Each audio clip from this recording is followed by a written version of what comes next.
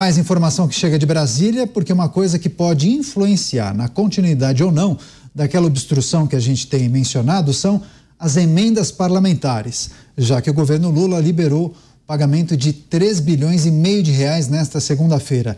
Esse valor é recorde para um único dia desde o retorno dos trabalhos do Legislativo no segundo semestre, que coincide justamente com as negociações sobre o marco das garantias.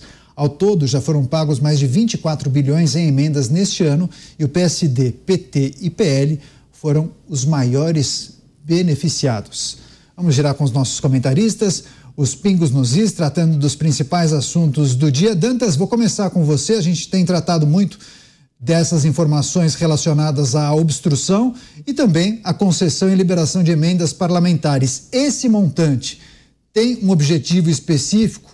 Suavizar essa relação do Executivo com o Congresso Nacional e conseguir fazer avançar as agendas importantes? Qual deve ser o resultado disso? Daniel, a gente deve enxergar essa relação do Congresso com o Planalto como uma máquina com engrenagens. Uma máquina sem óleo, uma engrenagem sem óleo, sem graxa. E a graxa, no caso, seria a emenda, é isso? A graxa aqui em Brasília é a emenda. É a emenda que faz girar o negócio, quer dizer, é o orçamento, é o dinheiro, né, dos pagadores de impostos, daqueles que estão nos assistindo e nos ouvindo no rádio. 3,5 bilhões, recorde, não é só para a aprovação do marco das garantias, naturalmente. Nós temos diversas pautas importantes a serem aprovadas, nós temos um Congresso reativo, Senado reativo, Câmara reativa, ameaças de obstrução, alguma obstrução, a gente tem que ponderar que essa obstrução que vem acontecendo, que foi mantida, ela conseguiu ser efetiva em comissões de ciência e tecnologia, comissões de debate, vamos dizer assim, deliberativo. No plenário, não. No plenário não tem obstrução, tá? E é no plenário que as matérias são aprovadas efetivamente, né?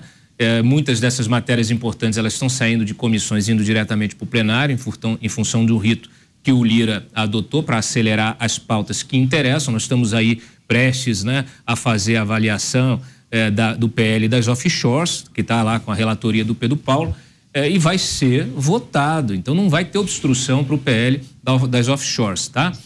Então é uma pauta de interesse do Planalto.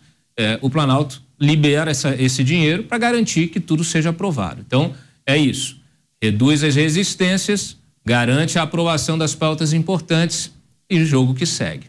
Agora, Zé Maria, teve algum tipo de efeito prático a liberação dessas emendas? Porque surpreendeu que PSD, de Gilberto Kassab, PT, que é o partido do presidente da República, e o PL, que faz oposição ao governo, está nesse bojo dos partidos que fazem a obstrução, foram os que mais receberam as emendas liberadas na segunda-feira, não foi?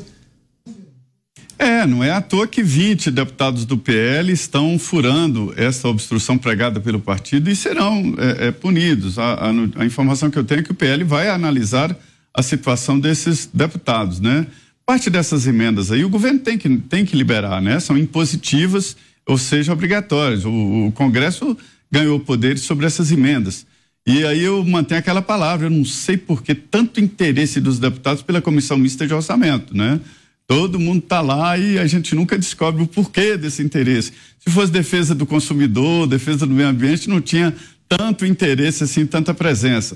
Mas veja bem, a obstrução está acontecendo. Ontem eu prestei muita atenção. Houve uma obstrução pesada ontem, né? Com o que chama kit obstrução. O que é isso? Pedidos consecutivos de adiamento de discussão. Um requerimento com pedido de adiamento em 10 sessões.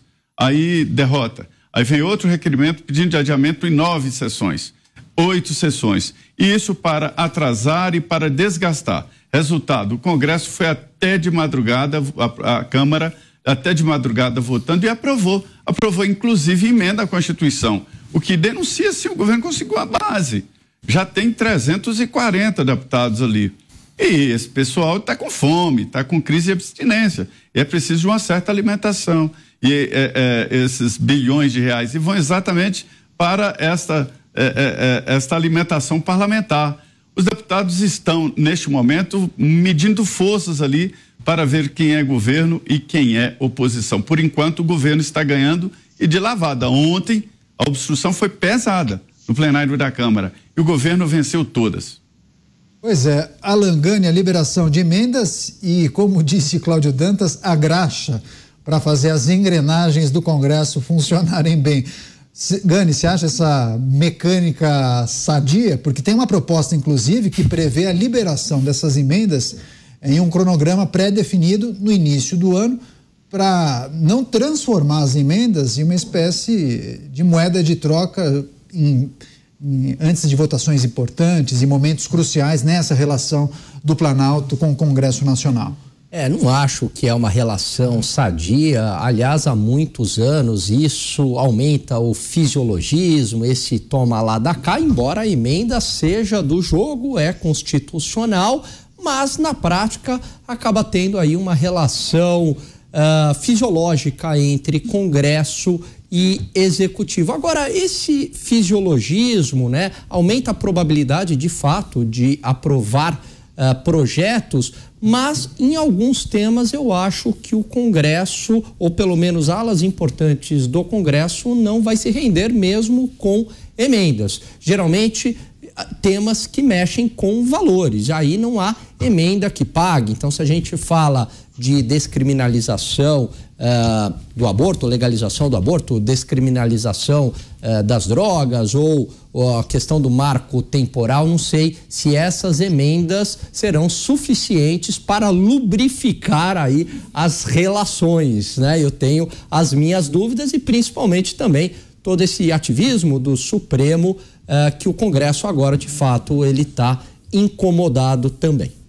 Mota, as emendas podem ser o remédio para melhorar essa relação e talvez quebrar esse processo de obstrução, que na verdade acaba sendo um protesto muito mais contra o STF do que contra o Executivo. Mas o Executivo acaba, digamos, sofrendo, sendo penalizado, né? É uma relação movida a dinheiro, é uma coisa complicada. Vale a pena a gente chamar aqui a atenção para um aspecto, né?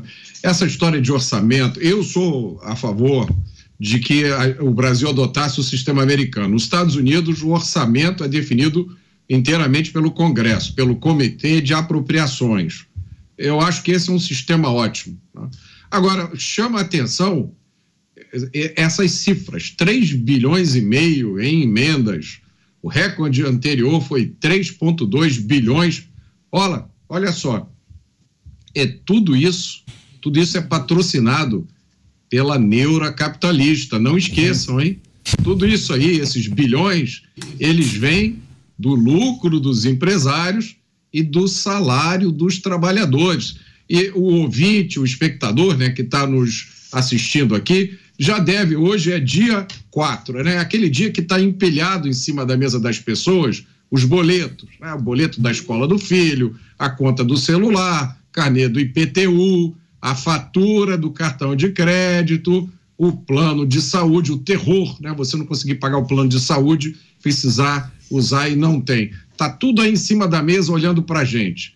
Pois saiba, querido espectador ou ouvinte, que em tudo isso que você paga tem imposto embutido. Em alguns casos, quase a metade do valor que você está pagando é de imposto. Afinal de contas, de algum lugar, o governo tem que tirar esse dinheiro para quebrar esses recordes de pagamento de emendas, né? Pois é. Agora, José Maria Trindade, tem inclusive um levantamento que aponta o ranking das siglas que mais receberam as emendas parlamentares desde o início do ano até agora, até o dia 2 de outubro. PSD lidera, depois seguidos de PT, PL, PP de Arthur Lira, depois MDB, União Brasil e Republicanos, inclusive à frente do PSB, que é um partido que fez chapa, inclusive, com o presidente Lula, de Geraldo Alckmin e Márcio França. O que essa composição de partidos que lideram esse ranking acaba apresentando dessa relação que o governo federal tem, especialmente o PT, tem com esses partidos de centro-direita, hein, Zé? Pois eu vou resumir numa frase bem conhecida dos brasileiros, aquela história de quem não chora não mama. Mota, você me lembrou bem quando você disse a história dos carnês que se acumulam na mesa, né? Ou nos celulares, hoje não tem mais o carnê físico, poucos têm, e falou que o cidadão paga o imposto. É o que eu digo e tento dizer a todo instante, quem paga é o cidadão. Muita gente acha que quem paga imposto é o empresário, não é. Se o empresário pagar imposto, ele quebra. Assim como o aluguel do estabelecimento, quem paga é o cliente, né? Se o empresário tiver que pagar do lucro dele o aluguel, ele quebra os salários e impostos, ou seja, é o cliente que paga tudo isso. Olha, Daniel, vou contar a história aqui do Roberto Cardoso Alves. Ele era líder do governo Sarney na Constituinte. E ele que estabeleceu e inaugurou a oficialização desse troca-troca. No plenário da Constituinte, ele chamando os governistas para votar, ele disse: anda, gente, é dando que se recebe. Essa frase da oração de São Francisco, subvertida, que não foi essa a intenção da oração, quando ele diz, é dando que se recebe, na oração quis dizer o seguinte: quando você doa, você ganha o lucro de doar, o prazer de doar, né? E ele subverteu a oração e ficou isso impregnado na cabeça dos deputados e senadores. É dando que se recebe. Parece uma sentença do ex-deputado Roberto Cardoso Alves. É o Robertão, o famoso Robertão. Porque ele diz para os deputados o seguinte: só votem se ganhar dinheiro. E isso é martelado até hoje na Câmara dos Deputados. Então, cada centavo desses bilhões de emendas aí tem um custo no plenário. E é assim, está estabelecido assim. Aí tem alguns deputados que não trabalham assim? Tem, de esquerda e de direita, né? Que não trabalham com emendas e não trabalham dessa maneira. Mas o grosso do Congresso Nacional é azeitado exatamente através de emendas e através, evidentemente, de outros recursos. As emendas do orçamento, elas são carimbadas. Tem vários nomes. A emenda janela. A emenda janela é o seguinte: se apresentou a emenda de R$10 mil, é um exemplo, para a construção de uma ponte. É evidente que não se constrói uma ponte com R$10 mil, mas você abriu uma janela para uma ponte, a construtora pega aquela emenda e vai atrás de aumentar o valor e constrói a ponte. Só que a ponte custa R$2 bilhões, né? Então tem essas armadilhas nessas emendas liberadas. E esse é o dinheiro que passa para os salários parlamentares, que por aqui é a grande disputa. A lojinha funciona. Agora, Dantas, muitos processos ligados à concessão de emendas parlamentares não são, digamos, muito transparentes, né? Apesar dos parlamentares serem beneficiados, muitos defendem uma mudança na sistemática de concessão dessas emendas. O deputado Danilo Forte, que inclusive é o relator da LDO, inclusive propôs mudanças nessa sistemática da concessão de emendas parlamentares, estabelecendo um calendário, né, para ser uma liberação mais transparente e não atrelar isso ao bel prazer do Executivo Federal. Sim, essa na verdade é uma das propostas mais revolucionárias apresentadas recentemente, né, no Congresso, porque ela garante o fim do toma lá da cá, ou pelo menos reduz a quase zero a capacidade de negociação, de barganha do Executivo em relação ao Legislativo. Por quê? Porque se você estabelece um cronograma obrigatório de pagamentos de emendas ao longo do ano, você não precisa mais, o governo não vai precisar mais, não vai nem poder mais usar a liberação de emendas como barganha para aprovação de matérias, como a gente acabou de conversar aqui, falar aqui sobre a questão do PL das garantias mais cedo, né? Então, essa proposta, ela precisa ser aprovada de forma urgente. Isso é uma moralização do processo democrático e republicano, uma moralização como a gente não via há muito tempo. É preciso apoiar de forma veemente, a sociedade, o eleitor precisa apoiar de forma veemente essa proposta, porque ela realmente esvazia esse toma lá da cá, né? Agora, é lógico, ela não resolve um problema na ponta, que é o problema da corrupção, já mencionado aqui pelo Zé, e que a gente já trouxe vários exemplos em outros programas, né? A corrupção é você direcionar uma emenda que ela já está, vamos dizer assim, carimbada com a empreiteira, né, Zé? Já junto. Anexa. Lá na prefeitura. Às vezes é a mesma empreiteira que faz as obras em várias prefeituras de um estado, né? Vários municípios de um estado. E aí isso já tem um esquema do deputado ou do senador com os prefeitos.